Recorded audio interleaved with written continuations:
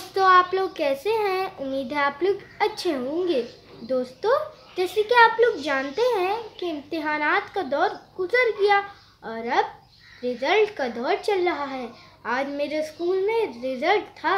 मैं बहुत घबराई हुई थी, मगर जब मुझे मैडम ने स्टेज पर बुलाया तो मैं बहुत खुश थी, क्योंकि मेरी अपनी क्लास में पहली पोजीशन आई थी। थोड़ी देर बाद जब मैंने अपनी दोस्त का उतरा हुआ चेहरा देखा तो दोस्त ने कहा, मैं हर वक्त खेलती रहती थी। मेरी अम्मी मुझे समझाती थी कि बेटा पढ़ लो, मगर मैं नहीं पढ़ती थी। इससे हमें मिलता है कि अपने वालिदैन का कहाँ मानना चाहिए, क्योंकि खेल के वक्त खेल और पढ़ाई के वक्त पढ़ाई।